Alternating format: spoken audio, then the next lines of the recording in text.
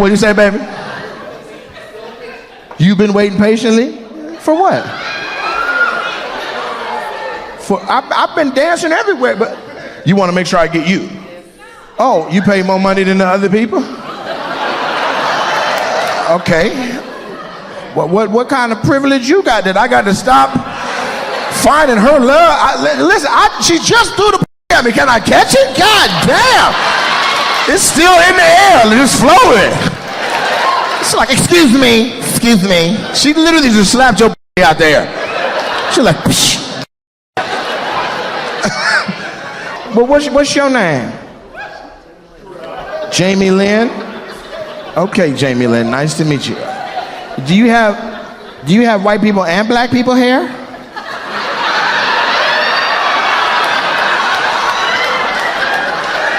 She got multiple personalities. Sclerosis. She got multiple stylists.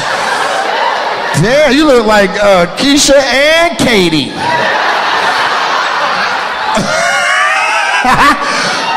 Missionary, put your head down. Doggish style. Look. All right, Jamie Lynn, you're beautiful, but you got a lot going on with your hair. But you're beautiful. And so let's talk about life.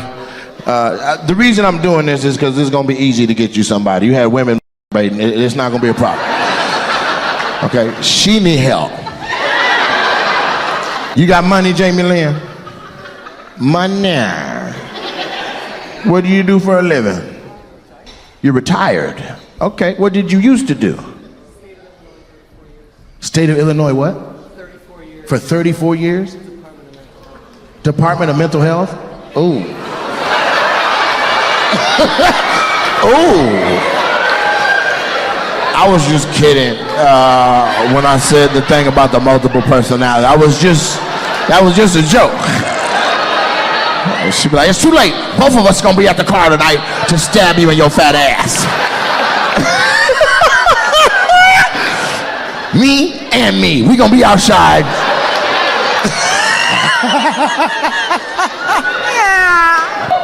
Now, let's just assume that it's just a hairdo and it's not life choices.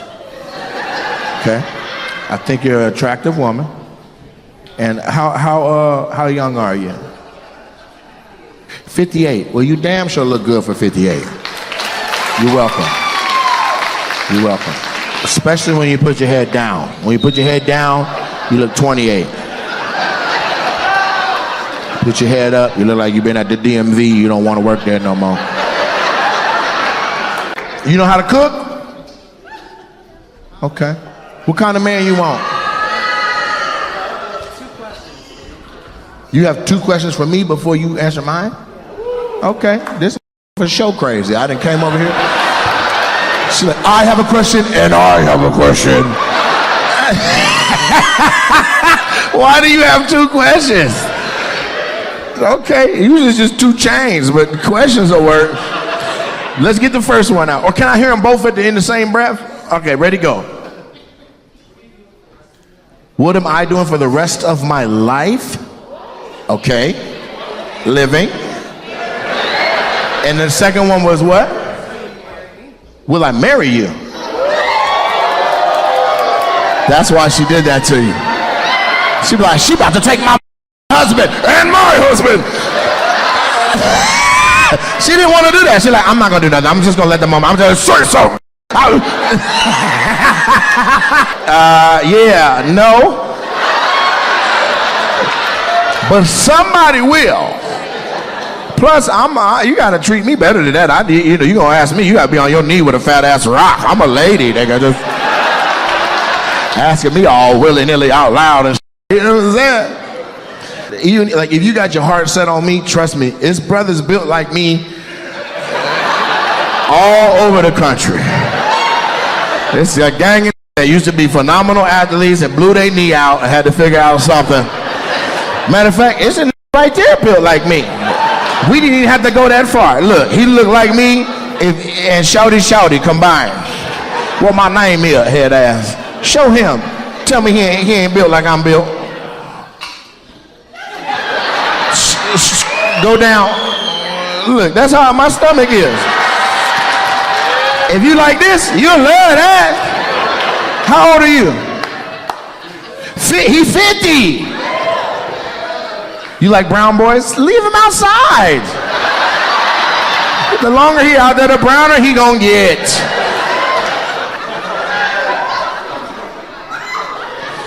She said, will you marry me? That's as crazy as a... 2 questions. Yeah, Chicago's be on some other... I've been all over the world. Ain't nobody ever like, I'm sorry. Could I bother you with a couple of questions? First, forever? She talking still. So I don't know what she said. Like, when you want to wake up, don't you want to bust a nut? What did you just say?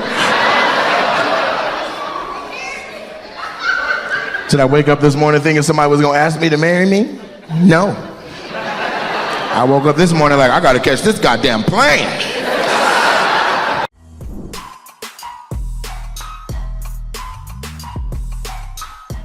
You ever been happy to hear somebody say the word fuck? Huh?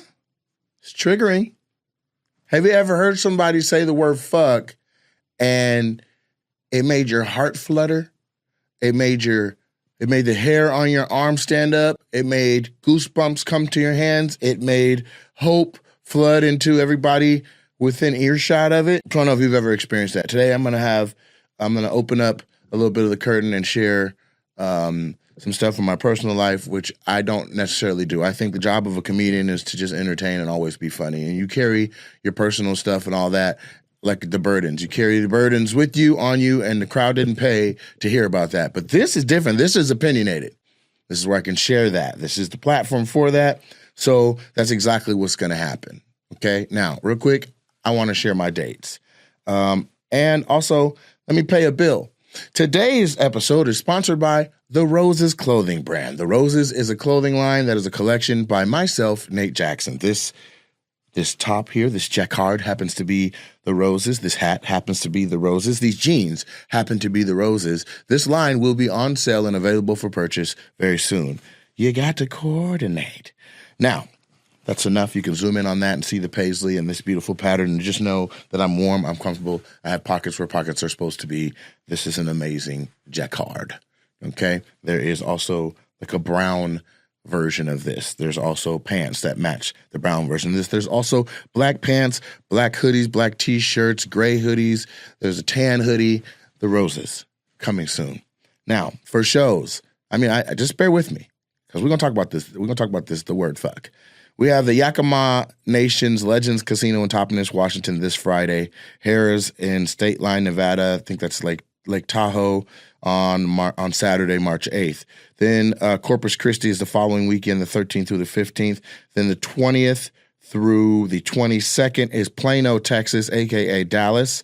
A lot of you guys are in the comments saying, what about Texas? What about Dallas? How do you come to Houston but you don't do Dallas? I'm coming to Plano.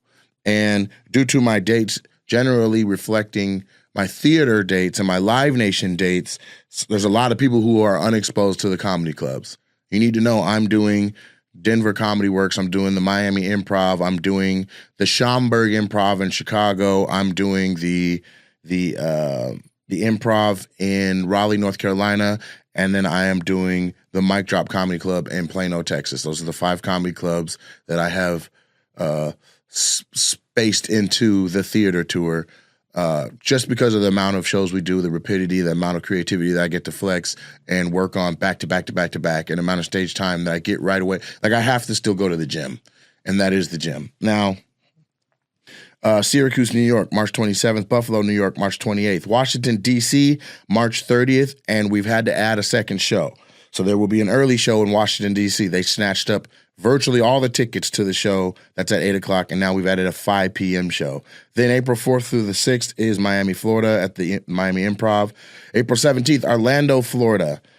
April 18th, Tabernacle Theater in Atlanta, Georgia. We've had to add a show in Atlanta. They have bought almost, if not almost, all tickets in Atlanta. We have added a late show in Atlanta at Tabernacle, which is profound because last year we did the Atlanta Symphony Hall, and Tabernacle is bigger than Atlanta Symphony Hall. So to say we're going to a bigger venue and we have to add a show at the bigger venue is just profound. I'm happy to an exponential degree. I want you guys to make sure you get your tickets and pull up. If you got tickets to the first show, go back and get tickets to the second show. None of the shows are the same. I assure you, I'll make a point that none of the shows are the same, especially on nights where there's an early show and a late show. Memphis, Tennessee, April 19th.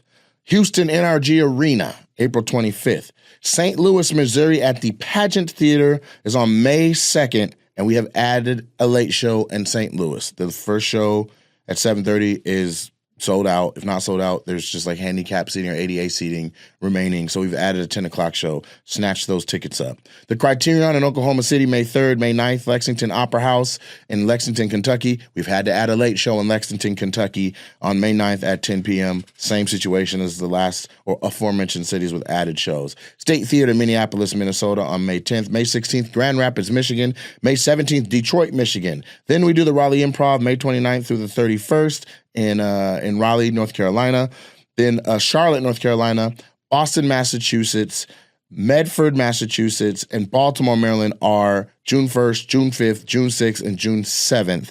I really want you guys to step out if you're out in the Massachusetts area. You guys have been in the comments asking, what about Massachusetts? What about Massachusetts? Well, I have linked up with Bill Blumenreich, and I am doing the Wilbur, the Chevalier, and then I'm also doing the Foxwoods. All are selling tickets very well.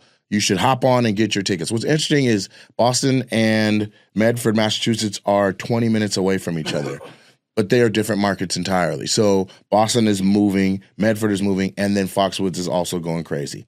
Phoenix, Arizona, Tucson, Arizona, June 13, 14. Listen, well, I should keep going. June 20th, San Antonio, Houston, June 21st. The Wiltern Theater in Los Angeles is on June 27th, and we've added a show in Los Angeles. They snatched those tickets up. The Masonic in San Francisco is June 28th. This is the biggest show that I will have headlined. That is my own show that I am doing where I am the headlining act. This is the biggest show I will have done in my life. This theater holds 4,000 people. Now, I'm sure those of you who are the most diehard fans of me are like, 4,000? Nate, you're going to be doing arenas. And I would love to think that I am. We're working towards that hard. But let me tell you something. This one I got a pin in. I'm coming to San Francisco where I have not done stand-up comedy at in my life. I've done the Bay. I've done all over the Bay, but San Francisco has been elusive. And now we're coming to the Masonic. And out of 4,000 seats, 3,200 are already sold. So please get your tickets to San Francisco. And then Foxwoods is July 19th. Then we do the Improv the 29th through the 31st, and that's of August. Also, not mentioned on here is August 14th, Thursday, August 14th. For my birthday, I'll be headlining the Emerald Queen Casino in Tacoma, Washington. That goes up on the freeway billboard soon. The whole area here is going to be like, shut the fuck up. But it's happening. I want to say this. I intended to do this episode irregardless of who was present. I took enough time to process and put things into words, and I woke up today and I felt like I could let the words and my feelings flow through my fingers into a note. So if I look at the note, it's because these are the notes that I made, and I'm going to share this stuff. I want to say first and foremost, my mom is absolutely amazing, and she should be the mold on the top of the trophy for best moms ever. If there was an arena or a stadium where moms played, my mom would be on the statue out front, like the Staples Center, okay? This isn't about my mom. This is about my father, my pops, Nat Jackson Sr., okay? Who, and this is what's very particular about it is, he's here, and he's off camera at the moment, and that's fine. I told him this was about him. He says he's going to sit in. I'm expecting some lies, and don't tarnish my reputation. That's where we're at right now. But it's not common for me to have bring daddy to work day. In all the years of me doing comedy, 24 years, I have not just had my dad ride with me. He got in the truck and was like, I'm like the monkey that just comes with you. So here we go. Just a little backstory. My dad owned the largest telecommunications company in the South Puget Sound at the apex of his business career with 45 plus employees. He was a very, very busy dad. In my early years, he wasn't as present. I call them my mama years. These are the years where a young child, we got to eat. We need to be nurtured, breastfed. I mean, men have nipples, but what's he going to do with them? So I would say between 1 and probably age 8, while we still lived at 7533 Stillicum, was a lot of me and my mom. Me and tagging along with my mom, or my sisters were still present before Erica went off to Western, and then Howard, and then my older sister went off to Pepperdine. And so it was an empty nest other than a child that was born 12 years after, when they thought they were done raising kids. And I don't want to say that in a way where like a woman may hear that and be like, the fuck you mean the nurturing year? Like, come on, man. My mom, I was coddled as a baby. You're supposed to, you know what I'm saying? And so, and my dad being a businessman, he was getting it done. As I said, the largest telecommunications company, right? Which basically saw its run with the introduction of Singular, US West, which all ended up being AT&T. Like them coming into the South Puget Sound, it was just a push on the small business to where you could see where it was time to pivot and get out. I argue we should have pivoted and got out a little bit earlier, but when you fight in the fight, it is what it is. We rode the wave until the wave went and until the wave breached. Okay. It seemed like once I got to the age where I could play organized sports, right? And I don't think it's because of sports. I think it's because that was the age that I could see the world and have had my epiphany from being just a kid to like, I see what's going on and I'm paying attention and I can listen and be told to do something, or patient enough to sit there and let adults do adult business. That's when I started going with my dad. I became his tag along, which is crazy because that's what we're doing today. To the office, to the gym, golf driving range, to while he worked out, and man, did he work out.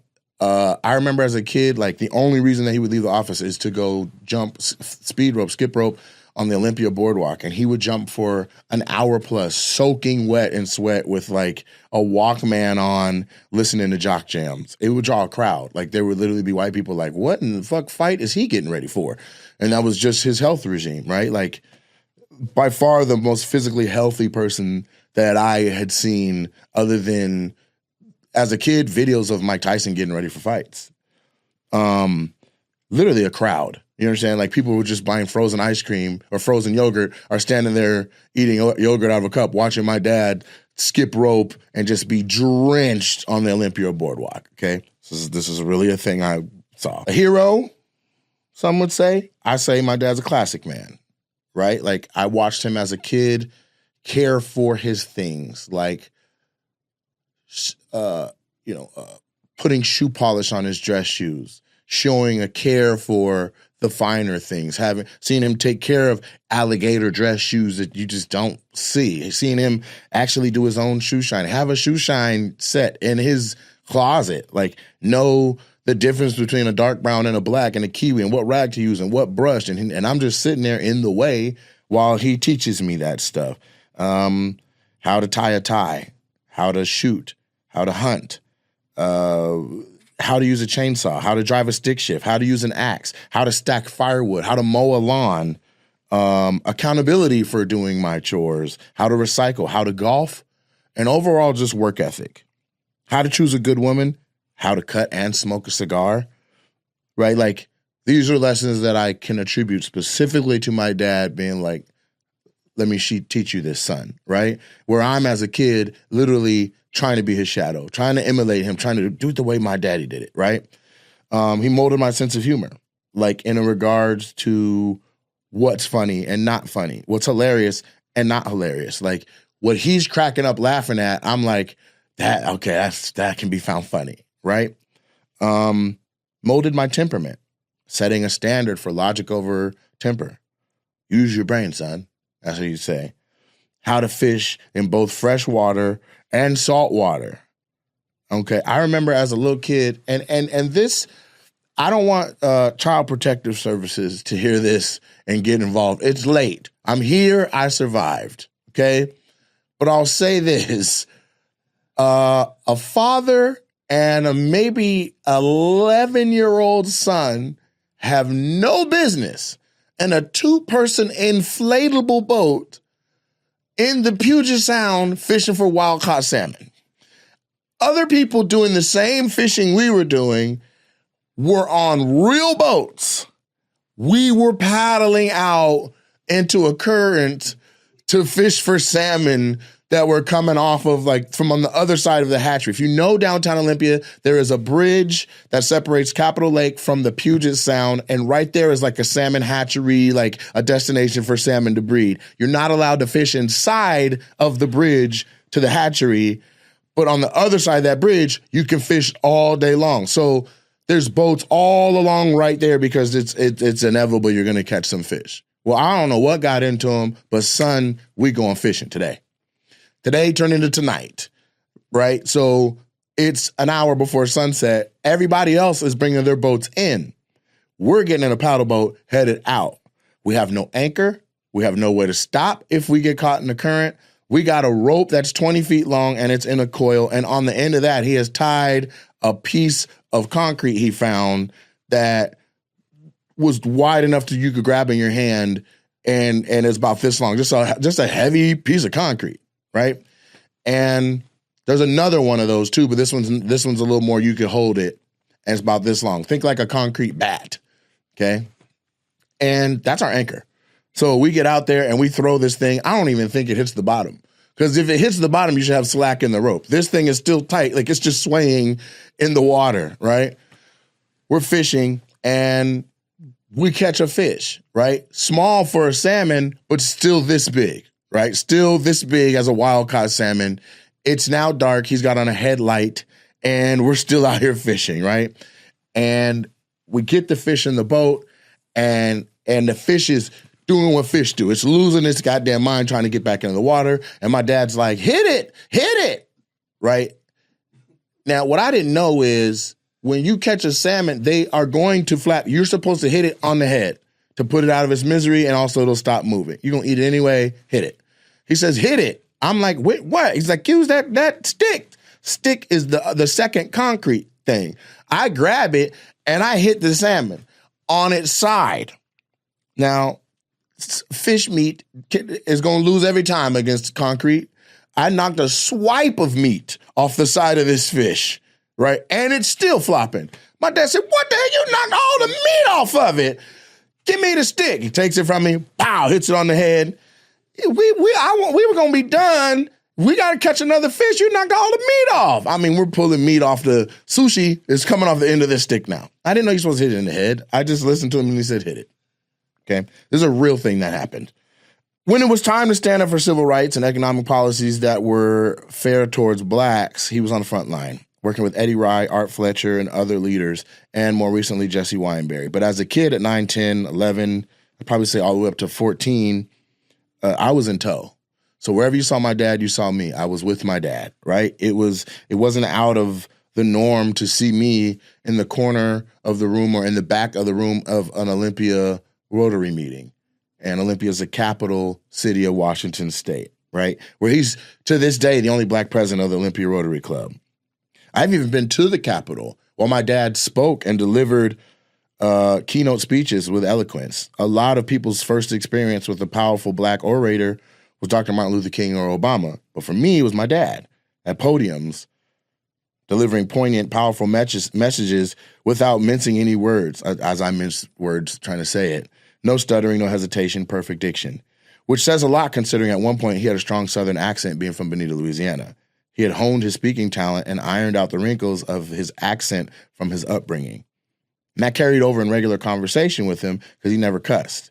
And if you did, he'd wean the curse words out of your vocabulary one interruption at a time, like a stickler. He would just say language. He took it as a sign of disrespect for somebody else to curse to him.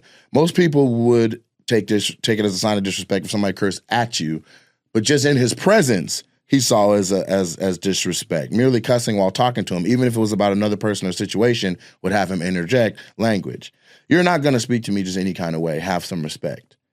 If you heard him cuss, Something was very wrong, right? Like, as I've gotten older, I've heard him while smoking a cigar and hitting golf balls and talking to his friends, laughing and cussing and having fun. But this is like truly with, like he's truly comfortable. The curtain is drawn back and he's just with his friends talking shit. But in general, I didn't hear my dad cuss until I was probably 17. I was a senior in high school, except for maybe 1 or 2 times that were specifically hitched to things that happened. For instance, we had a home that he rented down on West Bay Drive, and we were out there in the dark. He had a headlight on, and he was cutting some firewood, and it's truly accurate. Usually, he somehow shorthanded his shot and hit himself with the axe. And to that, he said, "Shit." And then I was like, "Call 911." You're not calling 911. He wrapped his own knee, and we drove to the emergency room, and he limped in and got himself fixed. He said, "Shit." My dog got hit by a car. He said, "Damn." He told me he cussed when he realized he wasn't going to make a flight that he needed to catch to pick up a check that would help make payroll for the company. Right? Like, he's trying to get on this flight. He's got to get this check. It covers payroll. It covers the next however many weeks of, the business staying above water. And then they close the gate early and he's not able to catch it. Fuck.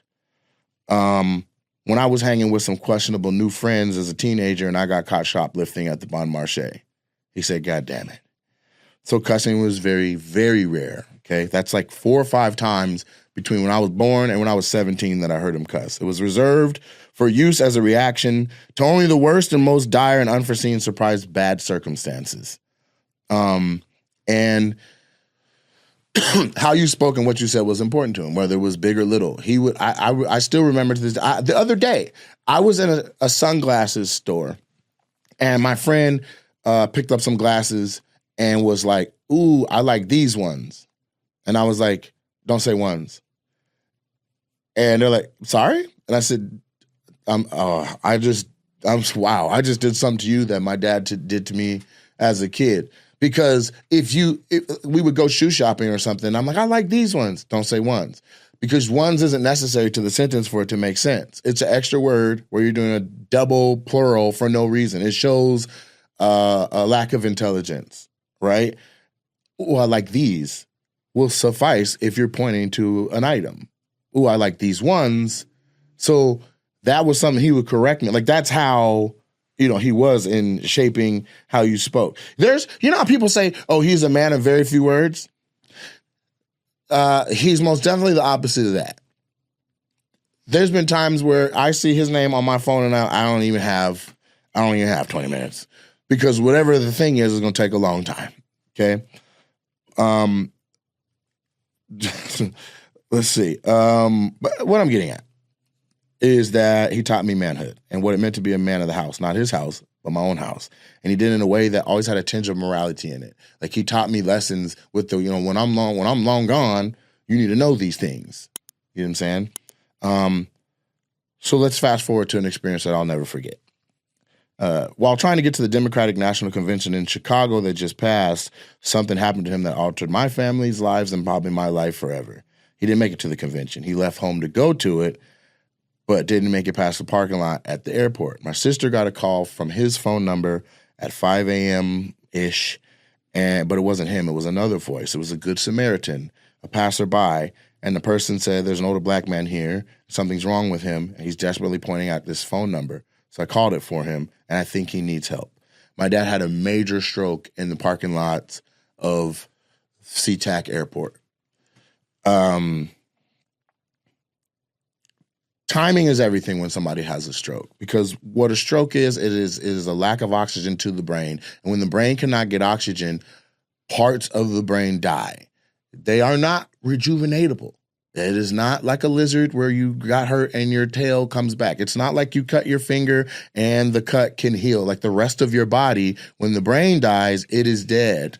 And you have to learn all over again how to do the things that the part of your brain that died was responsible for.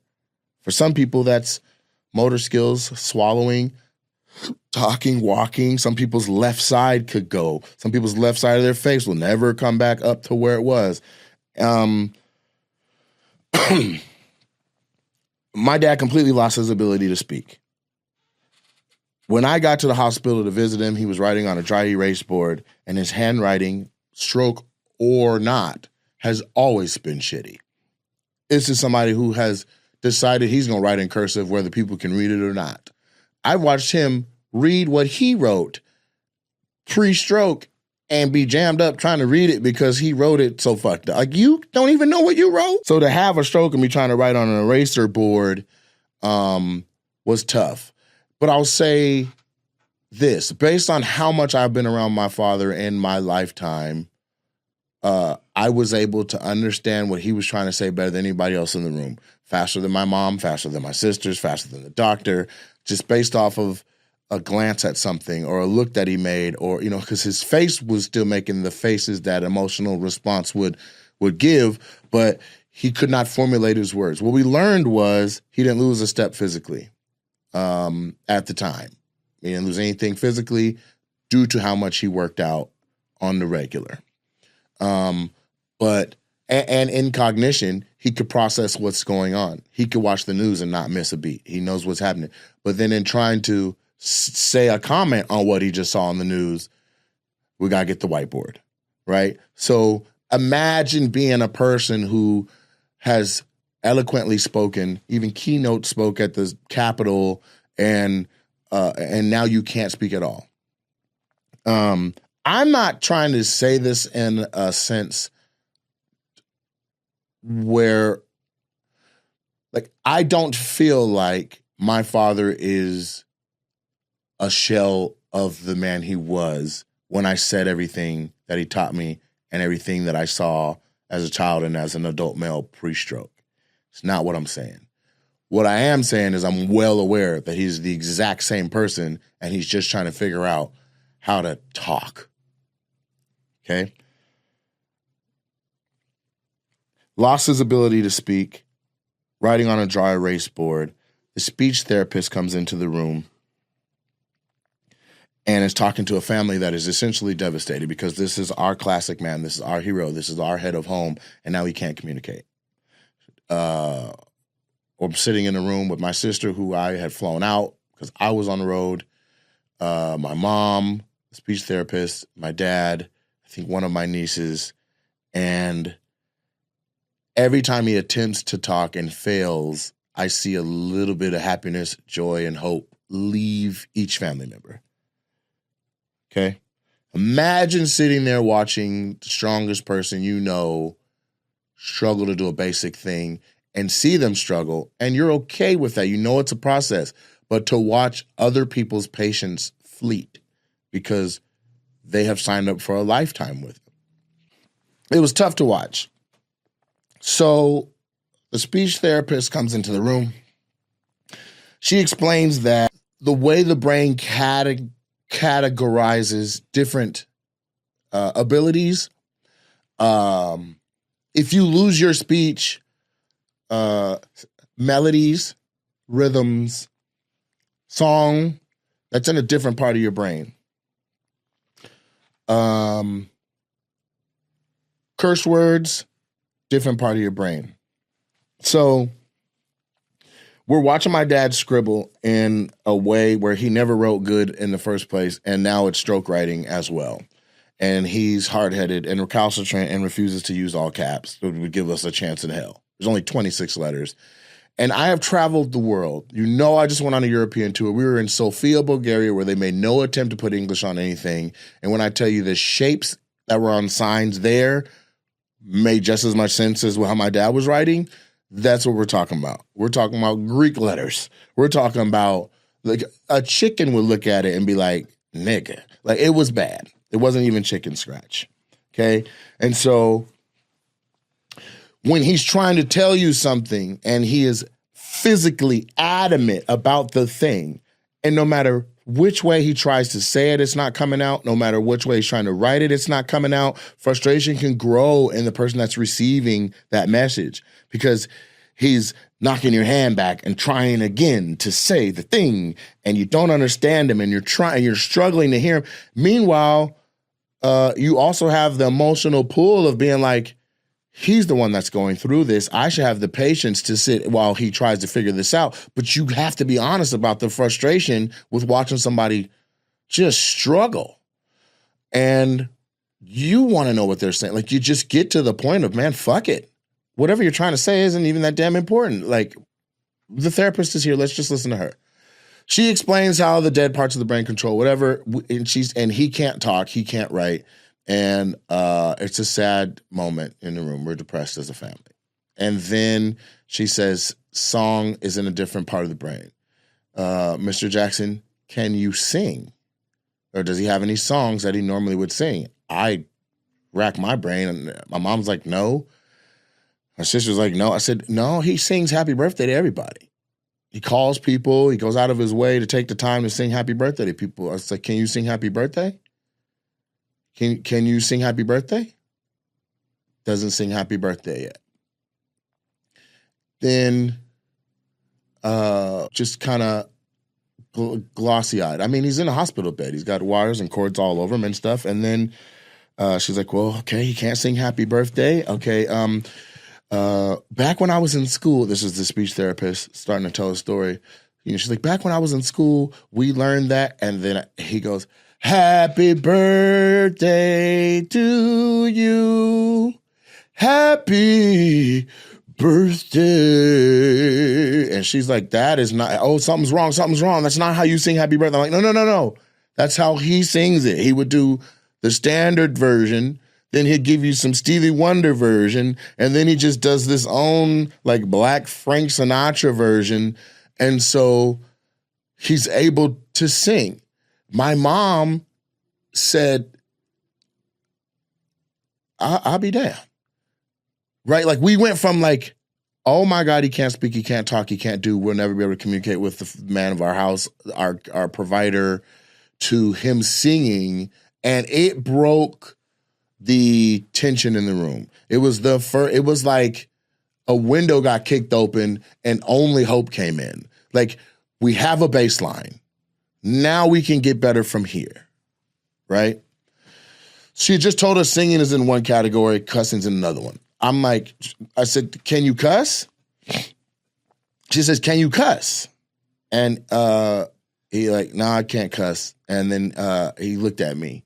And then he looked at my mom, and he looked at my sister, and he looked at me again. And then the lady's like, okay, well, you know, he can't cuss. Maybe he lost that part of his brain as well. And I said, I'm sorry, but ma'am, he can cuss. And she's like, what do you mean? I said, I know him, and he didn't admit he could or do it right now because there's women in the room, but he can cuss. He looked at me, and then he looked at them, and he looked at me. And then my mom looked at him like, is that true? And he was like, no, I can't cuss, basically. And so he refused to cuss. We're working with him. She teaches us that tapping helps, tapping by the syllable, tapping on your leg. Some people do that. Sometimes if you play music, people are, you know, they can say what they're trying to say to the melody. You know, I'm hungry. I would like something to eat. But without that, right? So she's talking about all these ways to do therapy. We get a list of words. They were random words, and we see if he can say them. And I mean, he's trying.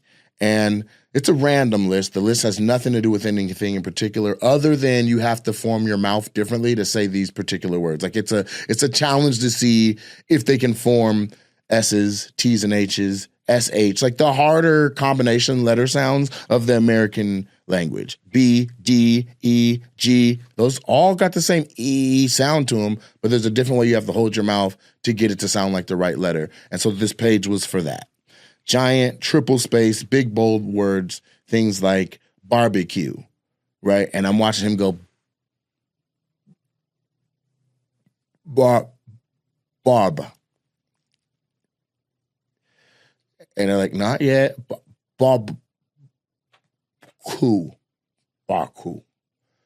No, that's not it.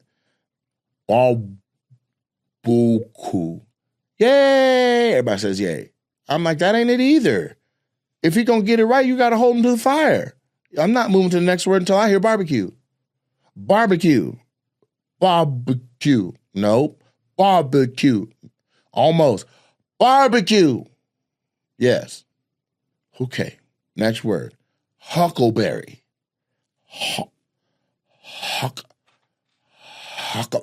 He struggled with huckleberry so long that my mom was like, let's just try a different exercise, right?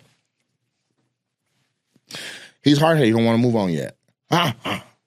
Huckleberry. Huckleberry. Barbecue. Huck.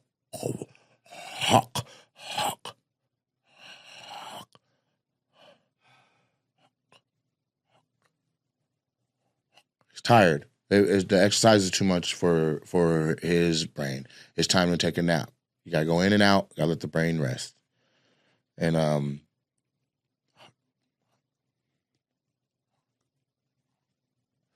my mom was like, we'll just work with him later. Take the paper from him. We take the paper, set the paper down.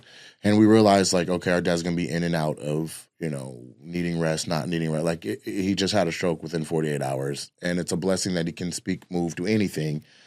And while we're trying to assess where he's at, like, it's possible to get up to the line of what's possible that day, that moment, or that exercise. You see the mental fatigue set in.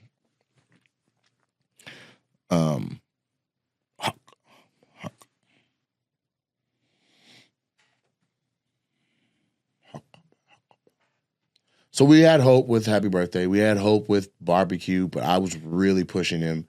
And then, like, watching him struggle with Huckleberry was like, it felt like, Happy Birthday was our baseline. Like, that's the bottom. And then to find out that just saying Huckleberry was the max, that window that had just blown open with all that hope, closed some. Does that make sense? Right? Like, singing Happy Birthday gave us, we saw light at the end of the tunnel. We knew we now had a standard for, he can't actually say words. Great. But then in reading or even just in speaking to find out that Huckleberry, which I'm saying right now, it feels like, I'm taking for granted that I can, was the ceiling, was like, holy shit, we got a lot of work to do. It's going to be a while before this person who now owns he still has a business, he's still generating revenue. It's going to be a while. Somebody who makes money from thinking, using their brain, speaking on a regular basis, it's going to be a while before that, like, okay. I'm sitting there thinking of ways I'm going to have to step up. My family's thinking of ways that we're going to have to fill the void that was what he was doing because he can't say Huckleberry. Huck. And we take the paper from him. He takes his little nap. We just let him rest. And my sister's like, we're at the bottom of the hill and we are ready for the climb and we're going to take on these challenges with daddy. And my mom is just sitting there like, he can't even say Huckleberry, and I'm like, we're here, we're a family, and he'll get better. And then he wakes up. Fuck. Happy birthday. Fuck. Happy birthday. Fuck. Huckleberry. Happy fuck. Birthday. Fuck. Have you ever heard the word fuck and it made your skin tingle? Made your hairs rise? Gave you goosebumps? Made everybody that heard it feel hope? I have. Now, yesterday I had an experience that on the contrast, just to give contrast, was similar but very, very different. I got a phone call from a friend of mine who used to be on Team Nate. This is the people who volunteered and sacrificed and gave the time to help build and form what was originally Team Nate. I've told the story before. I was late trying to put chairs up in a show, and these people were the first ones in line, and they cupped the window and saw me in there sweating and not even dressed for the show. And then they made a Facebook event, said Team Nate meeting, and invited me to my own team's meeting. And they had already rallied troops to help with what I was trying to do. They say he's overwhelmed. We can help. And so that was Aline.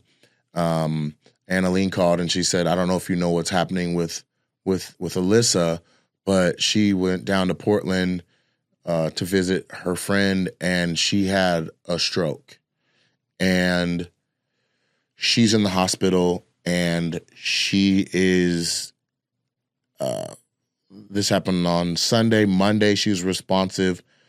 Tuesday, due to complications with high blood pressure, she's not responsive, and she's on insulin machines, breathing assistance. It's like, we're talking.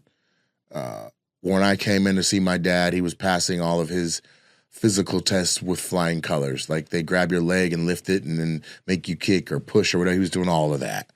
My friend, who I love, was not she was not able to do that. The starting point for her family, which for us was happy birthday, that we're a long way away from that for them. In my dad's situation, he kept himself in such great physical condition with all of the working out and all of that. But in Alyssa's situation, she prioritized other parts of life, being a mom, working, being on the go, and all that more than her own health. So her walking blood pressure was consistently high. And so it hit her different. And that's the thing with strokes. We hear somebody had a stroke, and it can be something mild. They can rehabilitate fast. You hear people had something, they're out driving again, and like they're telling you they had a stroke. And you're like, you did? And then other people, it may shut down a part of the brain that controls something that swallowing. They can choke on their own spit and die if not monitored. Breathing. Consistent breathing. We all take for granted that you're just sitting here and your body makes you breathe in and out without thinking of it. It's because it's in a part of the brain that's subconscious. But if that part of your brain dies, you have to teach yourself, I need air right now. I need to blink, my eyes are moist right now. I need to sniff, my nose may run right now. Like all these things, you feel something itch in your ear, you reach up and you wipe your ear. If that part of your brain is gone, you have to learn how to respond to it by working the synapses in the alive parts of your brain so that they fire across what is now a valley, which is now the elephant graveyard of your brain. You're shooting a lightning signal all the way across. This lightning signal is used to just going pop, pop, pop, pop. Now you're expecting it to jump over a dead part. And you got to strengthen this part and strengthen this part so that your brain can try to operate around the space and learn how to operate in that space. But you're not going to get that back. We're just trying to figure out a different way to respond to needing to swallow, right? You have to remind someone you need to swallow because they're talking to you or their mouth is full of saliva. Or even while listening to you, you see spit come at the purse of their lips, right? That's where we were. Alyssa's not there. Alyssa is fighting for her life. And when you look at why that's the battle that's going on right now and know that it is not to sound insensitive, but it could have been prevented. It's self-inflicted. I prayed for her. I put hands on her. I put healing hands. I prayed and I held her. I rubbed the top of her knee. I rubbed the top of her feet that were exposed. I rubbed her head and cleared her hair out of it and moved her hair from behind her ear and I wiped her face a little and we spoke to her and we said prayers to her and Arlene even played back a prayer that somebody had sent an audio note of, and her whole family is there and they're present. And I wouldn't wish what's happening to them on anybody. It's one thing for someone to have a stroke. It's another thing for them to have one 2 hours away, and everybody has to commute daily to go see their person. So yesterday it was a 2 hour and 15-minute drive to Portland, and then back I hit traffic, and it was 2 hours and 45 minutes back. So I spent about five, whatever that is, hours just driving yesterday to be able to go see my beloved friend for an hour and a half, maybe 2 hours at best, to be there to console her sister, to be there to show support for her parents who were there and her aunt and uncles that were there. So that her friendships were represented, that were felt, that because even though she's out of it, I believe that the subconscious, you can hear, you can process, you can, there's stories of people coming out of a coma and they're like, was my dad here? Like, they heard the voices, they remember the touch. And so I wanted to do that because I truly do love Alyssa dearly, like family. So it was a very, very hard position to be in. It was emotionally very taxing.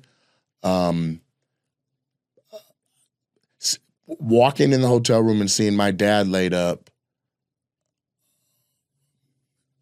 made it possible that I could walk in that room and have my shit together. I walked in and saw my dad, like literally strapped the hoses cords, listening to his heart rate on a machine beeping. And while I love Alyssa, I love my dad. There's levels. And so having had that previous exposure and experience, when I walked into that room, that would have, without what happened to my dad having happened, I would have immediately walked in and broke down when I saw my friend in a much, much more concerning state. I hope and pray that she can come back from this. What her baseline is right now, to where they can get her blood pressure under control so that then she can begin her rehabilitation. So, and what is a little bit more jarring to it is that we went to high school together, right? Like, my dad having a stroke, I can't front. Like, there is the element of, like, he's older. He's old. Like, that can't happen, at my age. Like, you got to take care of yourself like he did, and then it's preventative and all that. It still happened to him. Great like, most healthy person I know, and he has a stroke. He says all the time he's been on borrowed time. He's like, my back is terrible. I should have been dead. So all of this is extra. She's the same age as me. So it added a layer of, that could be me. You understand? And and you have to understand who Alyssa is by nature, who she is organic, who she is. She's one of those people that wake up every day and is a good person. Doesn't have to tell herself to be a good person. She's a great person. She's a wonderful mom. She's a role model, a sister, an auntie. She's literally, if she's in your life, you feel the presence of her in your life. There's joy, there's music, there's Zories and happiness and laughter and wonderment, and that's just who she is. She's infectious in that regard. So to see that and to be hoping for a shimmer or glimpse of it, it was a lot. Okay, now I'm gonna say this, and this is where this applies to the viewer of this. It's a mantra that people say that health is wealth. All right, people say health is wealth, health is wealth, health is wealth. You hear that and you're like, yeah, okay. I'm sitting here right now, by definition, obese. Okay? That I am going to do in a way that I've never stated I would do before or have the intention to really do before. And I work out. But I want to be the best physical version of myself. Now, we were coming back from Europe having conversations about, yeah, we're going to do this, we're going to get in the gym, we're going to that. There's a whole nother level to it now. I want to, I have to, I want to be there for my loved ones, my friends. I don't want what I'm having seen happen to my father happen to me. I'm praying for Alyssa. I'm praying for the Minnows. I'm praying for everybody who her light has ever touched, that light can be returned and used and turned into a miracle for Alyssa.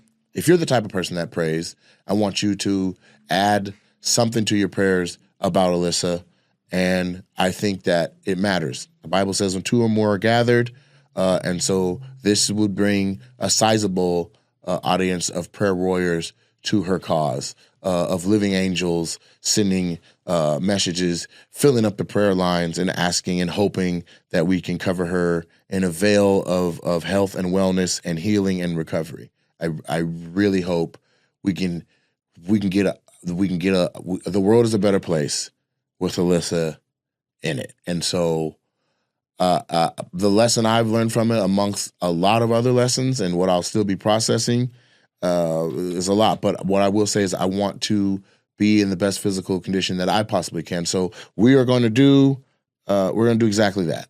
So this is the beginning of my weight loss journey, and my push to be the healthiest version I can of myself. And with the way I am, that means it's also the beginning for several people. So my whole camp, we about to be fine. We about to be ready for the summer. We about to be snatched. And anybody that's listening or watching or viewing, I would encourage you to join on in. This isn't even a weight loss challenge. This is what you needed to be doing the whole time. But now I've been shaken to the core of my moral fiber to truly have a motor and a motivation to absolutely do it when I want to do it when I don't want to do it, just get it done. Eat right, eat better, be healthier, throw some weight off. And so I'm inviting you guys to join. Okay? That's my episode for today of Opinionated. Please come check me out on tour. The show is amazing. The Netflix special is coming. We are now on the second draft of 3 that I had already, contracted for. It was amazing on the first edit. It is whatever the next descriptive word goes past amazing. It's that after the second edit, and there's a couple notes, and that'll be the third brushstroke, and then it'll be ready to submit to Netflix. Then we'll see when it comes out. That's happening. The movie Good Fortune with Aziz Ansari, Seth Rogen, Keke Palmer, and Keanu Reeves, that's going to be coming out soon. And The Office that I'm on is coming back, and they have just announced, it hit the trades, the Hollywood Reporter announced that Oscar from the original Office is also a cast member on the new Office. I knew that. I wasn't allowed to say anything. But now that's out. So for anyone who's a fan of The Office, know that you will have your nostalgia, your appetite for nostalgia of The Office met, because this exists in the same universe, the same world. It's going to be a fantastic show. It's going to be a wonderful TV show. I'm so thankful to be a part of it. And we're on tour. So come check out Nate Jackson's Super Funny World Tour. Check out the BT Kingsley On My Grind tour. That's the same show. And I love y'all. Peace.